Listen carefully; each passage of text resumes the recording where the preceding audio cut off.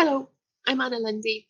I'm CTL for Art, Photography, Textiles and Graphics. I'm just about to show you some information about the Art Textiles course we run for GCSE here at Ralph Allen School. I've got some slides to look through and some examples of the students' work. So this course started this year and it's been a huge success. I've had lots of lovely students joining on. So I've got some great work to show you. They're doing a really good job because they've got no work to look at. So they are pioneers in this new course. GCSE course follows the AQA specification. So like photography, fine art and graphics, it's the same makeup. It's 60% coursework and 40% is the exam to make up that final GCSE grade.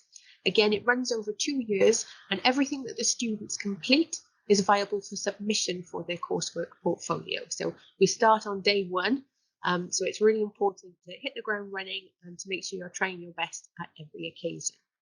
We look at a series of different units and they cover different techniques, media and artists. So we get a nice wide variety of different work to be able to investigate and develop our own ideas from. So that's a little example of some couching on the bottom of there. Topics we've covered so far are landscape, pattern and decoration. We're about to start animals around Easter time and then the personal study. Now the personal study is entirely up to the student. So whatever they'd like to choose as their topic, they're welcome to do so. And that is the final unit of coursework which takes them into year 11. This is one of the outcomes from my current class.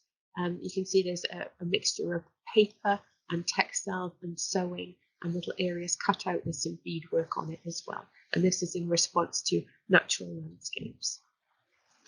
The equipment, everybody works in a sketchbook. You can buy sketchbooks from me or you're welcome to get your own. You're going to need basic art supplies, so pens, pencils, colours, watercolours, that would be great. You're also going to need basic textile supplies like offcuts of fabric, nets, trim, beads, cottons, little bits of wool, any sort of kind of scrap bag that you've got at home, so start collecting now. Also going to need access to a camera. We often work from life, so we're finding little things out and about in our landscape that we are interested by, taking photos of them, doing drawings from them, and then developing textile work as a result. This is a little piece here. You can see lots of little tiny things in response to kind of like a summery landscape here. Gives you a nice upbeat feeling, that one. These are some examples of the students' works. This is all pieces of textile sewn onto a canvas, and this is in response looking at several different artists' work. The students had a free range to choose from a list of 6 of who they wanted to be inspired by, and you can see these have all chosen a different person because they have a different outcome. We work in sketchbooks, so this is some examples of the development. So you can see how students are recording, so whether they've got photographs or they've actually stuck some of the little things in that they found. They've done some drawings, they're then doing some design plans and annotations. They're looking at a range of different starting points for inspiration and then developing towards a final outcome, which you can see as the circular piece in the centre. These are some of the other final outcomes that we've looked at. There's some felt making, there's some batik process and some applique. How is it assessed? We have 4 different assessment objectives. The first one is how students develop their ideas. So what do they look at? How do they develop? How do they record that as they go along? The second one is experimenting. So are they willing to work in a wide range of different materials, using lots of different techniques and different media, and making the right choices for the right thing that they're trying to achieve? The third one is recording. So that's all the photographs, the sketches, any initial testers with the textiles as well.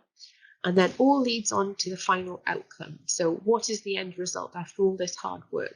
Looking at the artists, analysing the pieces, developing your own ideas, experimenting towards this final outcome, which culminates all of that research for that project.